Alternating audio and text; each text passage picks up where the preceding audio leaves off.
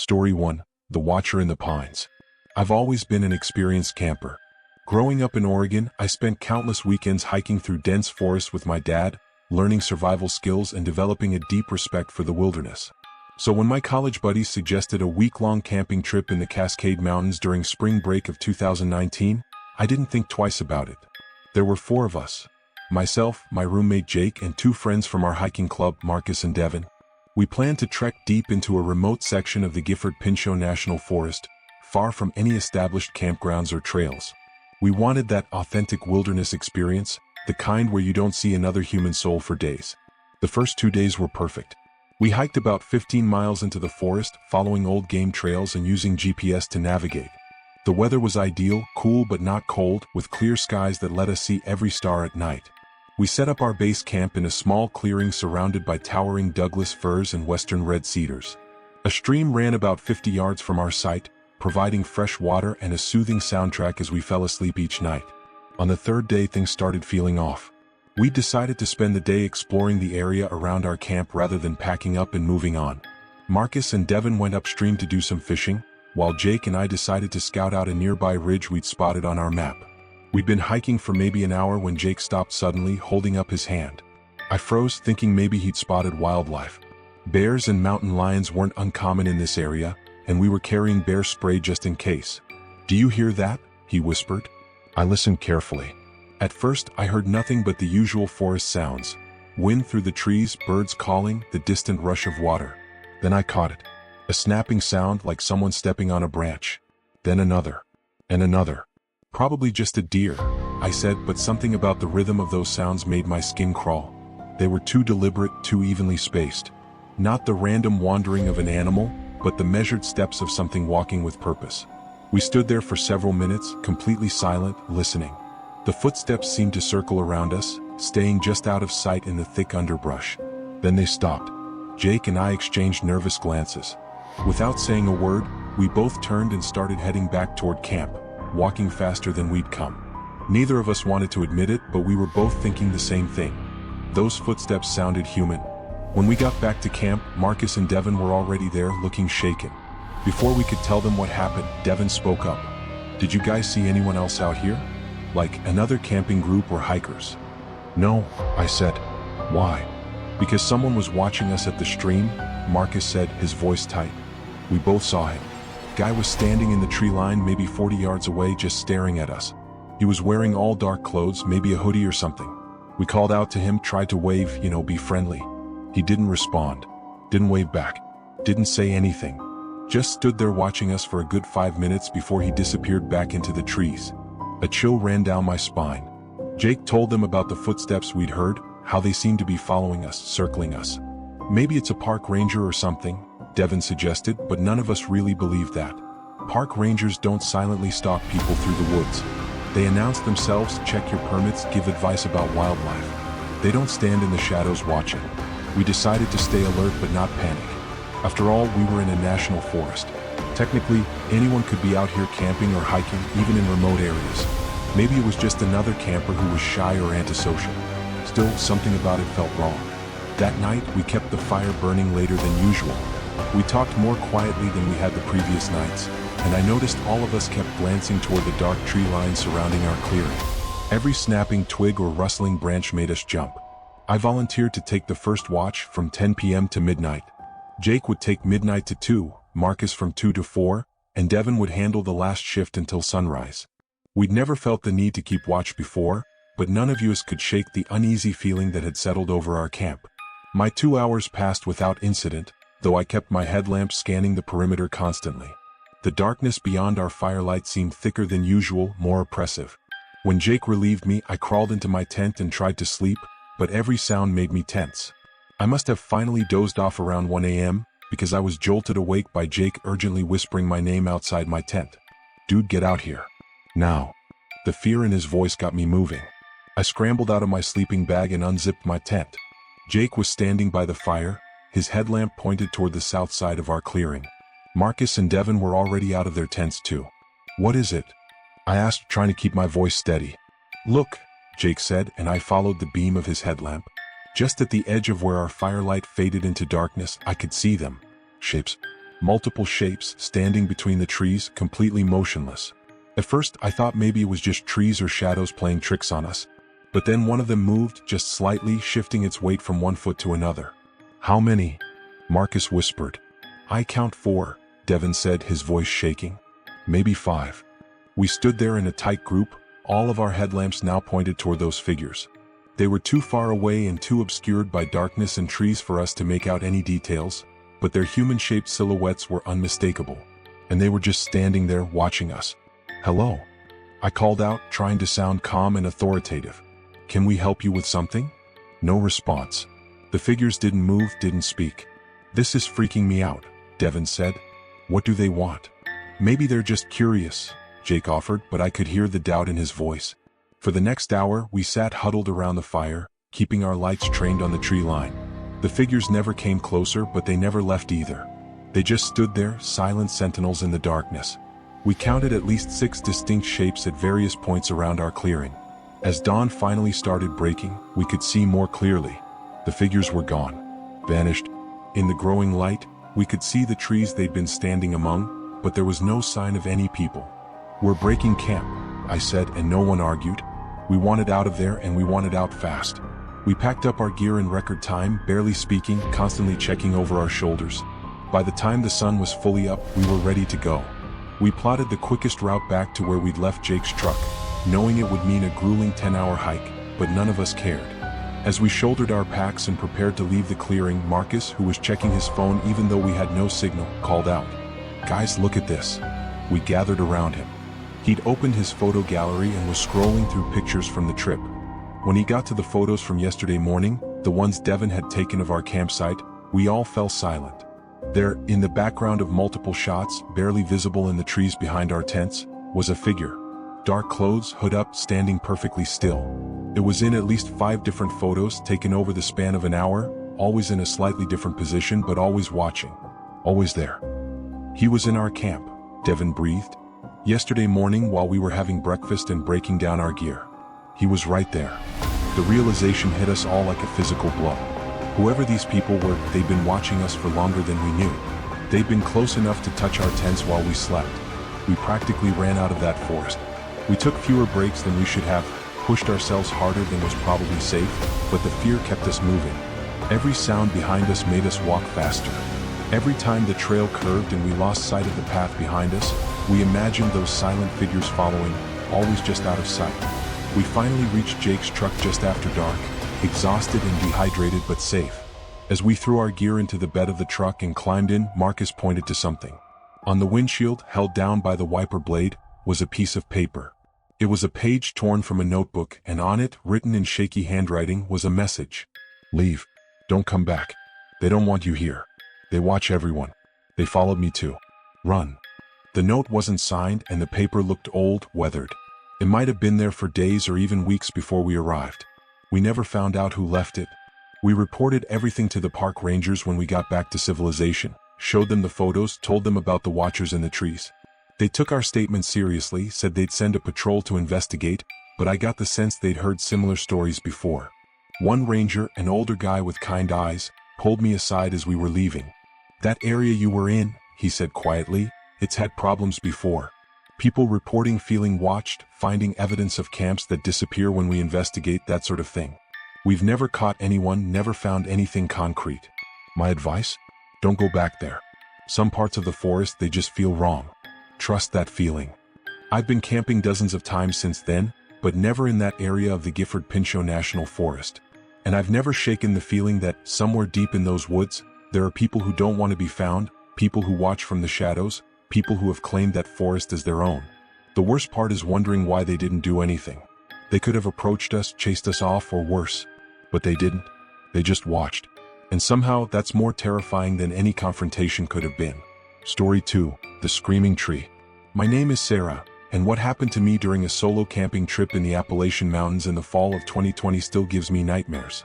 I'm sharing this story because I want people to understand that some places in the forest carry a darkness that can't be explained away by rational thought. I'd been planning this trip for months. After a brutal year of pandemic lockdowns and working from home, I needed to get away from everything to find some peace in nature. I'm an experienced solo camper and had done several multi-day trips alone in the past without any problems. The Appalachian Trail has always been my favorite, and I'd chosen a less traveled section in southwestern Virginia for this particular adventure. My plan was simple: spend 5 days hiking a 40-mile loop that would take me through some of the most beautiful fall foliage in the country. I'd be passing through remote areas with no cell phone service, but I'd filed my itinerary with the Park Service and carried a satellite communicator for emergencies. I had plenty of experience with backcountry camping, and I wasn't afraid of being alone in the woods. The first 2 days were absolutely perfect. The autumn colors were at their peak, painting the mountains in brilliant reds, oranges, and golds. The weather was cool but not cold, ideal for hiking with a heavy pack. I made good time on the trail, setting up camp each night well before dark, eating my freeze-dried meals while watching the sunset through the trees. On the third day, I decided to take a detour off the main trail. My map showed an old logging road that led to an abandoned fire tower about 2 miles east of where I'd planned to camp. I'm a photographer, and the idea of getting sunset shots from an old fire tower was too tempting to pass up. The detour would add a few miles to my day, but I had plenty of time. The logging road was more overgrown than I expected, clearly unused for years. Saplings pushed up through the old gravel, and fallen branches littered the path. It was slow going, but the forest here was eerily beautiful. The trees were older, bigger, their canopy so dense that it felt like walking through a cathedral. After about an hour and a half of hiking, the logging road opened into a small clearing. The fire tower stood at the far end, a rusted metal skeleton rising maybe 60 feet into the air. It was obvious that no one had used it in decades. The stairs looked sketchy, but they seemed solid enough when I tested them. The climb up was worth it. From the top of the tower, I could see miles of unbroken forest in every direction, the fall colors creating a patchwork quilt of color across the rolling mountains. I spent 30 minutes up there taking photos, enjoying the view, feeling completely at peace. That's when I noticed it. From my elevated position, I could see something in the clearing below that I hadn't noticed when I first arrived. About 30 yards into the tree line, directly opposite from where the logging road entered the clearing, there was a massive tree that looked different from all the others. It was a huge oak, maybe 6 or 7 feet in diameter at the base, but it was completely dead. No leaves, just stark white wood and bare branches reaching up like skeletal fingers. What made it stand out, though, was that someone had carved symbols all over the trunk. Even from the top of the fire tower, I could see them. Crude shapes and markings that covered the tree from its base to about 15 feet up. My photographer's curiosity got the better of me. I climbed down from the tower and walked over to get a closer look at the tree. As I approached, I realized the symbols were even more extensive than I'd thought. There were hundreds of them, maybe thousands, carved into every inch of available bark. They weren't random scratches either. They were deliberate, repeating patterns. Spirals, circles with dots in the center, stick figures with outstretched arms, and symbols I didn't recognize at all. Some of the carvings looked very old, the wood darkened and weathered. Others looked newer, the exposed wood still relatively fresh. Someone, maybe multiple someones, had been coming to this tree for years, decades even, adding to its collection of mysterious symbols. I was so fascinated by the carvings that I didn't notice how late it was getting. The sun was already dropping toward the horizon, and I was still 2 miles from where I'd planned to camp. I decided to just set up my tent here in the clearing.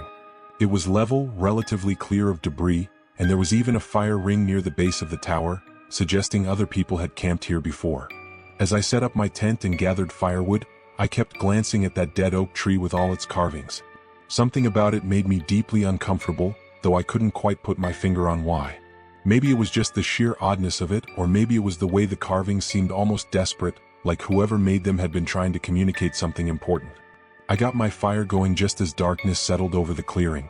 The temperature was dropping fast, and I was grateful for the warmth.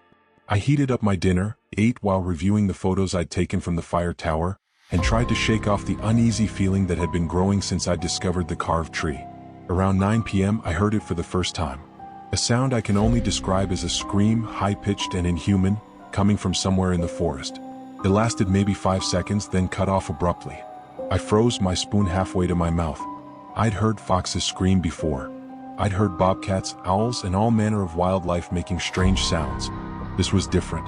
It was louder, more drawn out, and there was something almost mechanical about its pitch, like it stayed on one exact note the whole time. I waited, listening intently, but the sound didn't repeat. After 10 minutes of silence, I convinced myself it must have been some animal I wasn't familiar with. The forest was full of sounds after all. No reason to panic. I finished my dinner, cleaned my cookware, and hung my food bag in a tree away from my camp. I kept my fire burning, adding wood every time it started to die down, not quite ready to retreat to my tent. At 11 p.m. the scream came again. Same pitch, same duration, but this time it was closer. Much closer. It seemed to come from the direction of that carved tree. My heart was pounding as I grabbed my flashlight and scanned the tree line. I couldn't see anything moving in the darkness beyond my fire's glow. The scream didn't come again, but now I was on edge, every nerve alert. "Hello?" I called out, feeling foolish but needing to do something. "Is someone out there?" Silence. Just the crackling of my fire and the pounding of my own heart. I decided to get into my tent. I banked the fire, grabbed my bear spray and knife, and zipped myself into my sleeping bag. I kept my flashlight next to my head and my hand on the bear spray. For a while nothing happened. I was just starting to relax, beginning to think maybe I'd overreacted when the scream came again. This time it was so close that I could feel it in my chest, a physical vibration that seemed to shake the very air inside my tent. And it was coming from directly above me. I lunged for my flashlight and shined it at the roof of my tent. Nothing. The nylon was undisturbed, no shadow of anything perched on top. But the scream came again, impossibly loud, and I realized it wasn't coming from something on my tent. It was coming from that tree. The carved tree. The sound was emanating from the dead oak itself. I'm not ashamed to admit I was terrified. I lay there in my sleeping bag, shaking, listening as the tree screamed every few minutes. The pattern was irregular. Sometimes several minutes would pass between screams, sometimes only seconds.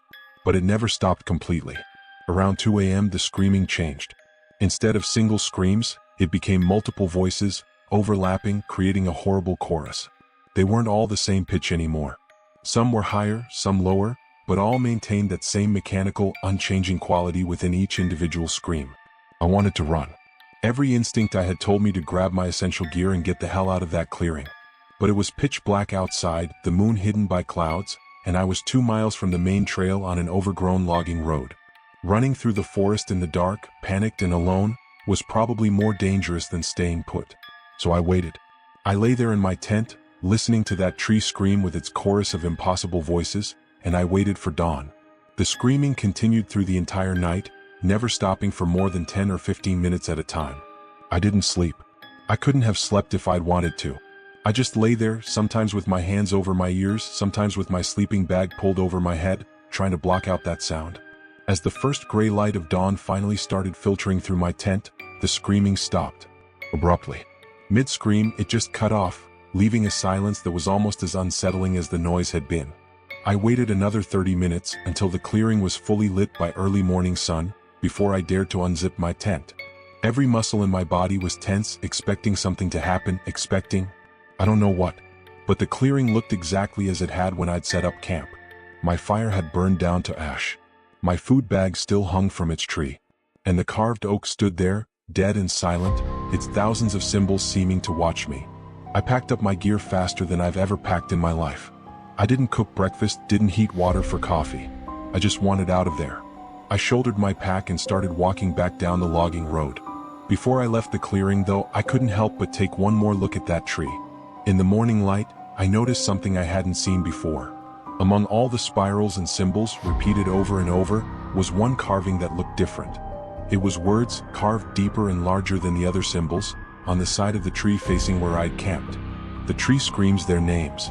I didn't run down that logging road, but I walked faster than I ever have with a full pack. I didn't stop, didn't rest, didn't even slow down until I reached the main trail. Even then, I kept hiking hard, putting as many miles as possible between myself and that clearing. When I finally reached a point where I had cell phone service, I called the Park Service and reported what I'd experienced. The ranger I spoke to was professional but clearly skeptical. He asked if I'd been drinking, if I was on any medications, if I had a history of panic attacks. When I insisted I was completely sober and sound of mind, he said they'd send someone to check out the location, but I got the sense he thought I'd just been spooked by wildlife sounds. I cut my trip short after that, hiking out a day early. I couldn't shake the sound of those screams, couldn't stop wondering what that carved tree was, why someone had written that message, what it meant. I did some research when I got home, trying to find any information about that location, that tree, anything. I searched forums, reached out to people who knew the area, contacted local historical societies. What I found only made things worse. There's a local legend, barely remembered now, about a tree in those mountains where people used to perform executions in the 1800s. Criminals, Confederate deserters, even people accused of witchcraft were supposedly hanged from its branches. The story goes that you can still hear their death cries on certain nights. I also found 2 other accounts online, both from hikers who camped near an old fire tower in that same general area. Both mentioned hearing screaming sounds at night. Both described a large tree covered in carvings. Both left in a hurry. I haven't been back to that section of the Appalachian Trail. I still camp, still hike, but I stick to well-traveled areas now. And if I ever see a tree covered in carvings, I turn around and walk the other way. Some places in the forest hold on to their past in ways we can't understand. Some trees remember what happened beneath their branches. And some sounds once heard can never be forgotten. Story 3: The Copycat. This is the hardest story for me to tell because it involves my younger sister, Emma. What happened during our family camping trip in the summer of 2021 in Washington State's Olympic National Forest changed both of us, and I'm not sure either of us will ever fully process it. I'm 26 now and Emma is 22. We've always been close despite the age gap. When our parents suggested a family camping trip, the first one we'd done in years, we were both excited. It would be me, Emma, our parents, and Emma's boyfriend Tyler, who'd been dating her for about 8 months. We chose Olympic National Forest because none of us had been there before, and the photos online looked incredible. We booked a spot at a developed campground for the first 2 nights, then planned to backpack into a more remote area for 3 additional nights. Our dad has been camping his whole life and taught us everything about wilderness survival, so we were all comfortable with the more adventurous part of the trip. The first 2 nights at the developed campground were great. We went on day hikes, cooked over the fire, played cards, and caught up on each other's lives. Tyler fit right in with the family, and I could see why Emma liked him so much. He was easygoing, funny, and seemed genuinely interested in outdoor stuff rather than just tagging along to impress his girlfriend. On the morning of day 3, we packed up our backpacking gear and headed out. The trailhead was about 20 minutes from the main campground, and according to the ranger we'd spoken with, we'd have the area pretty much to ourselves. It was a 10-mile hike to a clearing near a small lake where we planned to set up our base camp for the next 3 nights. The hike-in was beautiful but challenging. The trail climbed steadily through old-growth forest, massive cedar and Sitka spruce trees creating a canopy so thick that even at midday it felt like twilight. We took several breaks, and by the time we reached our destination around 4 p.m., we were all exhausted but happy. The clearing was perfect. It sat on a small rise overlooking a crystal-clear alpine lake, surrounded by dense forest on 3 sides. There was evidence of previous campers, a rock-lined fire pit and a few logs arranged as seating. We set up our 3 tents in a rough triangle around the fire pit. Mom and Dad in one, Emma and Tyler in another, and me in my solo tent. That evening we cooked a big dinner, told stories around the fire, and enjoyed the absolute silence of the deep forest. When you're that far from civilization, the quiet is almost overwhelming. No cars, no voices, no sounds except the natural world around you. Around 10 p.m., Emma stood up and announced she needed to use the bathroom. She grabbed her flashlight and headed into the trees. Tyler started to get up to go with her, but she waved him off. "I'm a grown woman, I can pee in the woods by myself," she said with a laugh. We all chuckled. She walked about 50 yards from camp, just far enough to have privacy but still close enough that we could see the glow of her flashlight bobbing between the trees. A few minutes passed. We were talking about plans for the next day, debating whether to hike around the lake or explore further into the forest. I was watching the fire, only half paying attention to Emma's flashlight, when something made me look up. There were 2 lights in the forest now. For a second, I thought I was seeing double or that my eyes were playing tricks on me. But no, there were definitely 2 flashlights moving through the trees. They were close together, within maybe 10 feet of each other. "Emma," I called out. "Did you bring 2 flashlights?" Both lights stopped moving. Then one of them called back. "What?" "No, just the one." It was definitely Emma's voice, but there were still 2 lights. My dad stood up, instantly alert. "Emma, come back to camp. Now." "Okay, hang on, I'm almost done." One of the lights started moving back toward us. The other one stayed where it was, hovering in the darkness between the trees. Emma emerged from the forest, laughing about something. Then she saw all our faces. "What's wrong? Did you see anyone else out there?" Tyler asked, already on his feet. "No, why?" My dad pointed toward the tree line. "Because there's another light in the forest." We saw 2 lights. "You said you only had one." Emma turned to look where he was pointing. The second light was still there, stationary now, maybe 60 yards from our camp. As we all stared at it, it blinked off, leaving only darkness. That's weird, Emma said, but I could hear the nervousness in her voice. Maybe it's another camper? Hello? My dad called out loudly. Is someone there? No response. Just the sound of the fire crackling and the gentle lapping of the lake. We waited for several minutes, all of us staring into the darkness where the light had been. When nothing happened, my mom suggested that maybe someone else was camping nearby and hadn't heard my dad's call.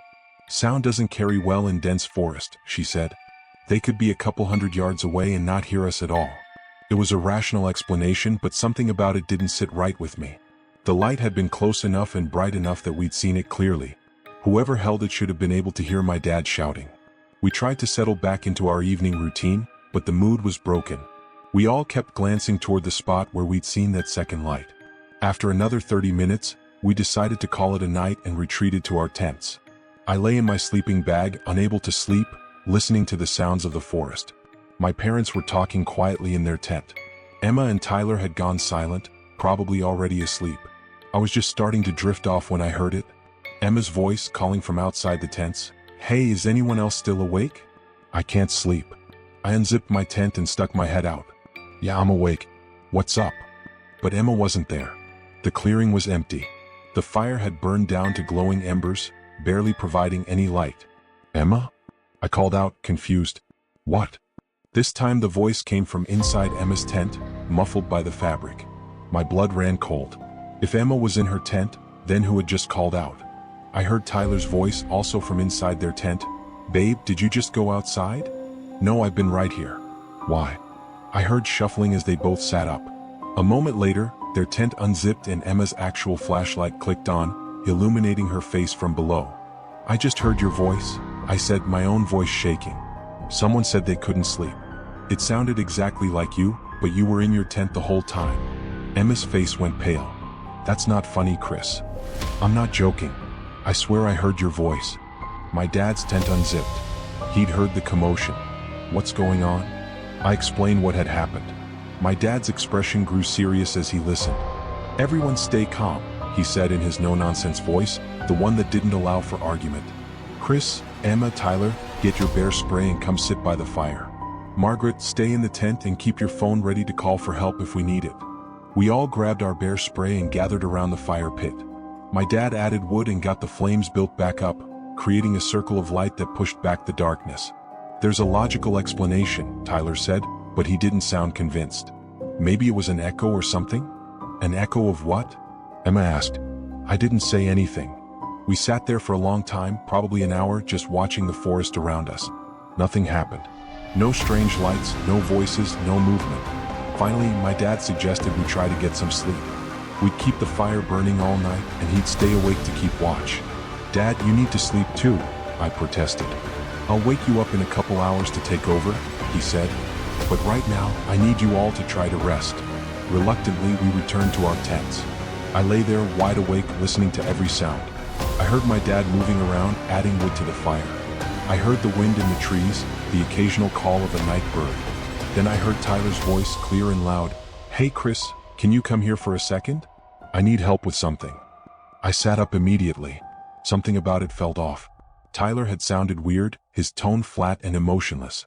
I heard movement from my dad. Tyler? What do you need help with? Then I heard Tyler again, but this time his voice came from inside his tent, confused and sleepy. What? I didn't say anything. My dad swore, something he rarely did.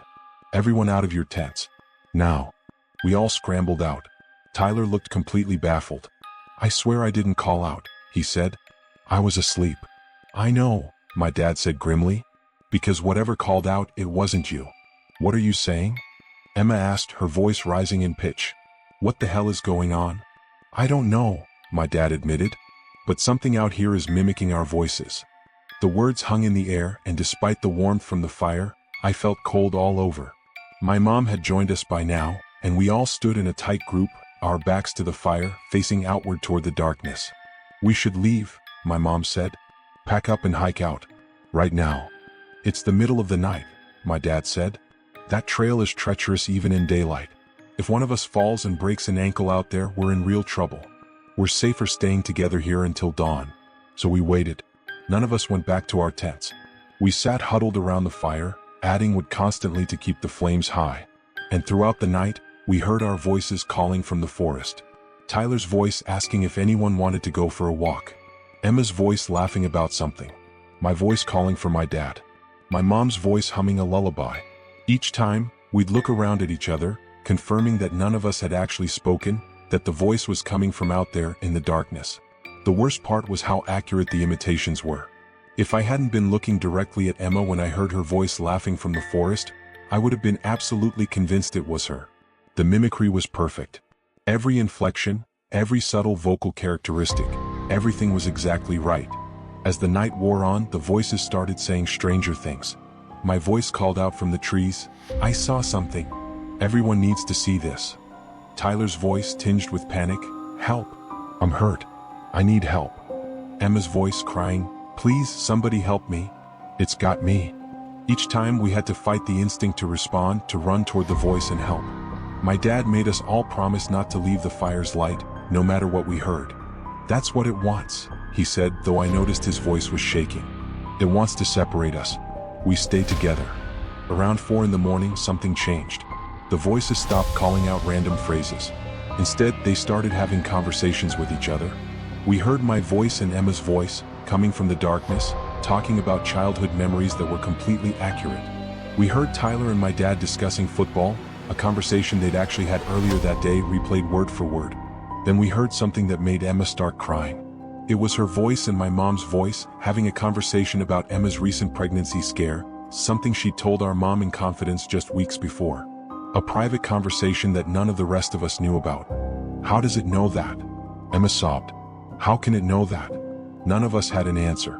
Whatever was out there in the forest, it wasn't just mimicking our voices. It seemed to have access to our memories, our private conversations, our most intimate moments. The conversations from the darkness continued, becoming more and more disturbing. We heard arguments we'd had, secrets we'd shared, things that no one else could possibly know. It was like something was reading our minds and playing our own lives back to us. Tyler suddenly stood up, his face pale in the firelight. "We need to leave." "No, I don't care about the trail. We can't stay here." My dad looked at him, then at the rest of us, and nodded. "Okay, everyone pack only the essentials. We're hiking out." We moved quickly but carefully, taking down tents and stuffing our sleeping bags into their sacks. We left most of our gear, taking only water, first aid supplies, flashlights, and our phones. The whole time we packed, the voices continued, now pleading with us to stay. Emma's voice, sweet and reasonable, "Why are you leaving? We were having such a nice time." My dad's voice, authoritative, "This is a bad idea. We should wait for daylight." Tyler's voice, angry, "You're all overreacting. It's probably just some animal." We ignored them all. Within 15 minutes, we had our essential gear packed and our headlamps on. My dad pulled out his GPS to confirm our heading, and we started down the trail in a tight single-file line, no one more than a few feet from the person in front of them. Behind us, the voices grew frantic. They shouted our names, called for us to come back, promised it would stop if we just stayed. The most unnerving part was that they sounded genuinely distressed, like they were actually us, actually our family being left behind in that clearing. We hiked in silence, focusing on the trail in front of us. The path was difficult to navigate in the dark, even with our headlamps, and we had to move slowly to avoid tripping over roots or stepping off the edge in places where the trail hugged steep drop-offs. About 3 miles from our campsite, Emma suddenly stopped, causing all of us to halt. She was staring at something off the trail. "Do you see that?" she whispered. We all looked where she was pointing. About 30 yards into the forest, barely visible in the darkness, was a figure. It was standing completely still, and in the scattered light from our headlamps, I could just make out what looked like a person-shaped silhouette. "Keep moving," my dad ordered. "Don't look at it. Don't engage with it." But as we started walking again, the figure moved parallel to us, staying the same distance away but keeping pace with our group. Then another figure appeared on the opposite side of the trail. Then another behind us. We were being followed. "Walk faster," my dad said, his voice tight. "But stay together. Don't run, don't panic, just move." We picked up our pace, pushing ourselves despite the exhaustion and fear. The figures kept pace with us, always staying just at the edge of our light's reach, never getting closer but never falling behind either. Tyler was at the back of our line and I heard him gasp. "There are more of them. Behind us. At least 5 or 6. "Don't look back," my mom said, her voice surprisingly steady. Just keep walking. For the next hour we hiked in growing terror. The figures multiplied, dozens of them now, surrounding us on all sides. They moved through the forest with impossible silence, never snapping a twig or rustling leaves, just gliding between the trees like shadows. And they were changing. As my headlamp caught them, I started to see details that made my stomach turn. They weren't quite human-shaped anymore. They were too tall, too thin, with limbs that bent at wrong angles. And their heads, when I caught glimpses of them, looked wrong somehow, as if the proportions were off. Then, maybe 4 miles from the trailhead, the voices started again. But they weren't calling from the forest anymore. They were coming from the figures themselves. My voice, from a figure to our left. "Why are you running from yourself?" Emma's voice from behind us. "We're your family. Don't you recognize us?" Tyler's voice, from multiple figures simultaneously. "This is where we belong. This is where you belong." Emma let out a choked sob and stumbled. Tyler caught her, keeping her upright. "They're not real," he said firmly, though I could hear the fear in his voice. "Whatever they are, they're not us. Keep moving." The figures began to close in, moving from the edges of our lights toward the trail itself. Soon they were so close that I could have reached out and touched them. And that's when I saw their faces. They looked like us. Exactly like us. Each figure wore the face of one of our family members, but there was something horribly wrong about them. The features were right, but they didn't move naturally. The mouths didn't sync with the words. The eyes didn't blink. It was like looking at mannequins wearing our faces as masks. "Don't look at them," my dad shouted. "Eyes on the trail. Move." We broke into a run, stumbling and tripping but not stopping. The figures matched our pace, running alongside us, reaching out with 2 long arms, calling our names in our own voices. I don't know how we made it the last 2 miles. It felt like hours, like days, like an eternity of running through darkness while being pursued by twisted copies of ourselves. But finally, blessedly, we saw lights ahead. The parking lot. Other cars. Civilization. The moment we broke from the tree line into the parking area, the figures stopped. They stood at the edge of the forest, a crowd of them, all wearing our faces, all staring at us with empty eyes. As we piled into our car and my dad started the engine, I watched them through the window. They didn't move. They didn't follow. They just stood there watching us leave until my dad pulled onto the road and we lost sight of them. We drove straight to the nearest ranger station, arriving just as it opened at 6 a.m. We tried to report what happened, but how do you explain something like that? We told them about voices mimicking us, about feeling unsafe, about seeing people in the forest who we thought might be following us. We left out the parts about the figures, about their wrong faces and impossible movements, knowing how insane it would sound. The ranger took our report seriously, said they'd send a patrol to check the area, but I could tell he thought we'd just spooked ourselves. City folks who weren't used to the wilderness, jumping at shadows and wildlife sounds. We never went back for our gear. We left everything in that clearing, our tents, sleeping bags, camping equipment, all of it. None of us wanted to return to that place, not even in daylight with a ranger escort. In the weeks after, we tried to process what happened. Tyler suggested we'd all experience some kind of shared hallucination, maybe from bad water or carbon monoxide from the fire. Emma wondered if we'd somehow wandered into an area with some kind of natural gas leak that caused us to hallucinate. But those theories didn't explain how we all saw and heard the same things. They didn't explain the accuracy of the mimicked voices, the private conversations that got repeated back to us. They didn't explain the figures that followed us all the way to the trailhead. My dad did some research and found stories from that area going back decades. Hikers reporting voices calling to them from the forest. Campers feeling watched. People seeing figures that looked like their hiking companions, only to turn and find their actual companion right beside them. Most of the stories were dismissed as pranks or overactive imaginations or people getting disoriented in the wilderness. But we knew better. We'd experienced it. We'd seen them. Emma and Tyler broke up 3 months later. They never explicitly said it was because of what happened on that camping trip, but I know it was part of it. How do you maintain a relationship after something like that? After you've heard your boyfriend's voice calling to you from things that weren't quite human? Our family hasn't been camping together since. We get together for holidays, for birthdays, but no one suggests outdoor trips anymore. The forest, which had always been a source of joy and peace for us, now feels tainted, dangerous, full of things that watch and wait and mimic. Sometimes late at night I'll hear one of their voices. My mom calling my name from another room, only to remember she's not visiting. Emma laughing about something before I realize I'm alone in my apartment. My dad asking if I need help when he's hundreds of miles away. I tell myself it's just my imagination, my brain replaying memories, phantom sounds that mean nothing. But part of me wonders if those things in the forest somehow followed us home. If they got into our heads during that long night and never really left. Emma told me once, during a late-night phone call when neither of us could sleep, that she sometimes sees them. Not the figures from the forest, but herself.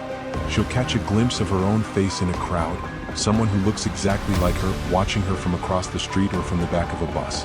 When she looks directly at them, they're always gone. I believe her because I've seen them too. My own face, staring back at me from places where there are no mirrors, no reflective surfaces. Just there for a second, watching me with those empty eyes before vanishing. We don't talk about it much. What's there to say? That something in the Olympic National Forest copies people?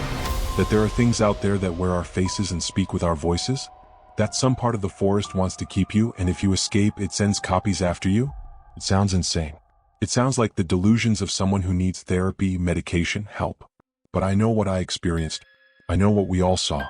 And I know that somewhere in that forest, in that clearing by the lake, there are still things moving between the trees. Things that look like us. Things that sound like us. Things that wait for the next family to come camping so they can start learning new voices, new faces, new lives to copy and claim. If you're planning a camping trip in the Pacific Northwest, particularly in remote areas of Olympic National Forest, please be careful. Listen to your instincts. If you hear voices that sound wrong, if you see lights where there shouldn't be any, if you feel like you're being watched or followed, don't dismiss it as paranoia. Leave immediately. Don't wait for dawn. Don't try to rationalize it. Just go. Because once they start copying you, once they learn your voice and your face, they never really let go. And you'll spend the rest of your life wondering if the person you see in the mirror is really you, or if it's one of them, wearing your face, living your life, waiting. These 3 stories represent just a small sample of the terrifying experiences that can happen when you venture deep into the wilderness. The forest is beautiful, awe-inspiring, and worth exploring, but it's important to remember that it's also vast, ancient, and home to things we don't understand. Whether these experiences can be explained by natural phenomena, psychological stress, or something truly paranormal, the fear they inspire is real. The people who lived through these events are forever changed by them. So the next time you're planning a camping trip, especially to remote areas far from civilization, take precautions. Tell people where you're going. Carry emergency communication devices. Trust your instincts. And if something feels wrong, if you feel watched or followed or threatened in ways you can't explain, listen to that feeling. The forest keeps its secrets well. And sometimes it's better not to know what's watching you from between the trees.